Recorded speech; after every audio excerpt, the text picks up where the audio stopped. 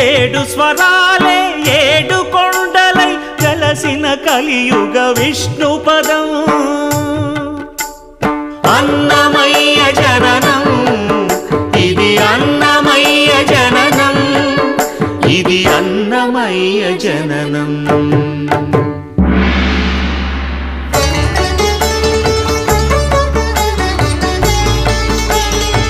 హరిషడ్వర్గము తెగనరికే హరి ఖడ్గం ఇది నందకము బ్రహ్మలోకమున బ్రహ్మా భారతి నాదాశీసులు పొందినదై